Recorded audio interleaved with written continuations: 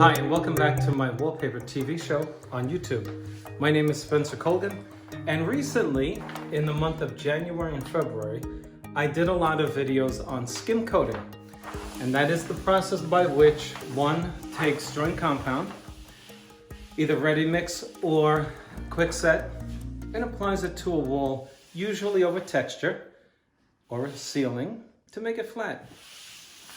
And then after you apply a skim coat on the wall, which is itself a texture, it's just flat, what do you do with it? Every now and again you get lift-off points here, and you get little manifestations of oxygen escaping, such as right here. Just bring them in close to this. You see what that is? That's the skim coater, yours truly, putting another coat of skim coat on a layer that was not fully dry. What happens when you do that is that the oxygen that was escaping freely is now trapped by your second layer and now forces itself out with such pressure that it manifests itself in what appears to be bubbles. And so these little bumps are oxygen bubbles escaping. If you looked really close, you could see microscopically a hole through which the oxygen escaped. But then the bubble remains. How do you get rid of this? Well, we can mess up this lovely house and create what's called a dust bowl. But no, we're professionals, and you are going to learn, if you don't know already, how to control your mess. Nobody, not even you, wants dust in his or her house. So I'm going to suggest a sanding sponge. Believe it or not, they can get wet. Look, a lot of people don't realize this. Sanding sponges can get wet. Don't try this with a rag. You know why? The rags, the terry cloth rags, make grooves in the joint compound, and then they dry like that. Then, to fix that, you have to retool the surface. It's called tooling your finish by doing this. So it's like doing more work. Let's see what happens when we simply wet the sponge, thereby reducing, first of all, the abrasiveness of the sponge. I'm using a medium grit sponge. And wetting it down, it also traps the dust right under here. So let's see. Test out what I'm saying. Let's wet it down. Not too much. Take the sponge. Just come in close with your camera.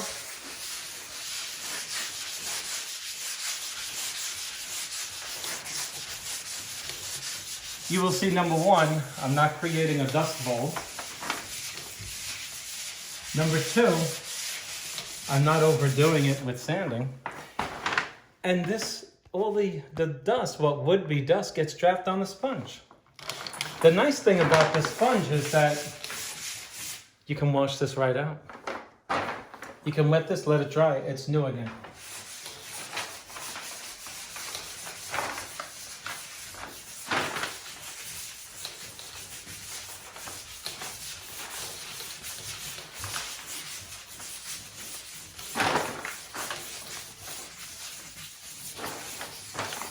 And this, I would suggest, over any rough spots that you think should be removed.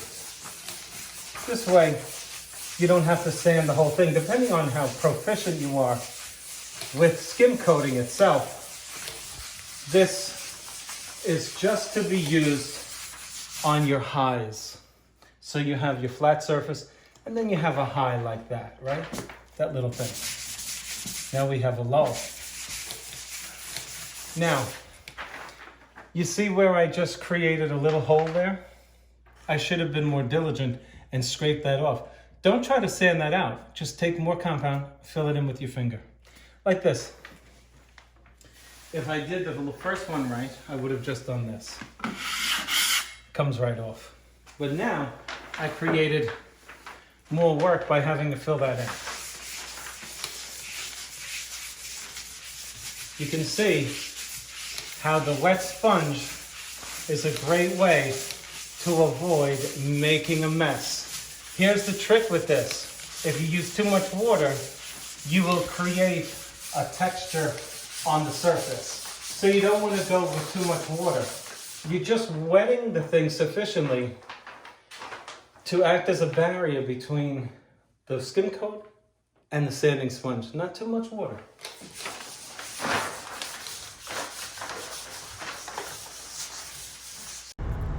Now that our walls look beautiful and perfectly flat, let's go over the tools that you need to do a beautiful wallpaper installation over this new surface. On the floor we have resin construction paper, and we're taping it down. You want to curtail any mess that may result. Right above it is the end of your woodwork, right there. We're about to install a protective piece of tape and paper just to catch the primer that I'm about to put on. We protect our walls on each side with yellow frog tape and masking paper, 9-inch. We do the same thing over there. The reason for that is because we're going to be pushing glue out, and we don't want that residue on the wall. That kills time and keeps us at the job longer than we'd like to. We're about to prime the wall with Roman 977. On the floor, we continue with our masking construction paper, and customers like to see their beautiful furniture covered. Whether or not it's going to be affected is not the issue. It's the perception of taking the time to cover it. After all is said and done, what the customer remembers is that their desk and their chairs and couches and floors were covered. And so that's what we do. For those of you who are doing this work for a living, I strongly suggest the Craftsman 3-tier toolbox. In the bottom, you could keep your plaster tools. In the second one, you could keep your heat guns. And in the third, everything else you need to get the job done.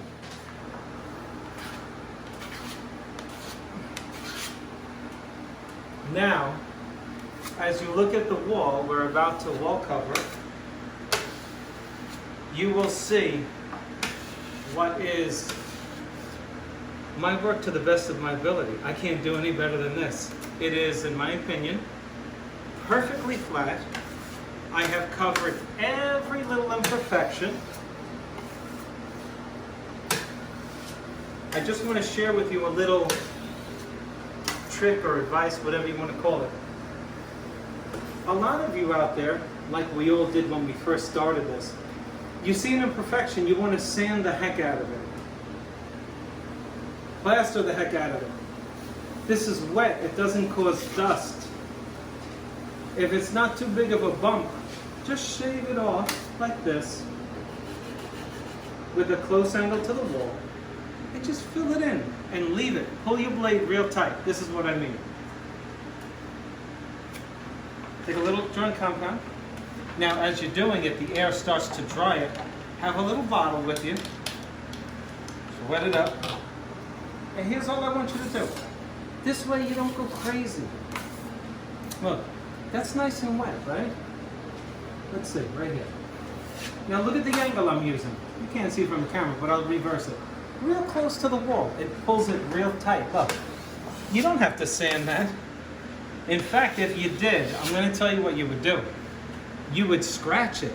That's perfectly smooth now. And if you sanded it, you'd actually scratch it, which would be fine if you were wallpapering over it. But if you were painting it, you would see your scratches. When you become proficient with this, and you can in one day, all you gotta do is just use it on the wall. Take a wall in your house and go and practice. Everybody who owns a house should know how to use these tools and this stuff. What we're doing now is adding a primer that will give a hard coat to the surface. Okay? And it's an acrylic. You know what they use in the nail salons. So this is an acrylic, which is highly recommended by Spencer Colgan, his wallpaper, to put underneath your wall covering. Look at that beautiful finish. Just look at that. I must say I do love the finish. I love the work. Now, of course, you're at a disadvantage. You're not here, but I have the benefit of the light. You can't do this, I can't do this without this light. You literally want to take the light and go up to the wall and use it to rule out any imperfections in the surface.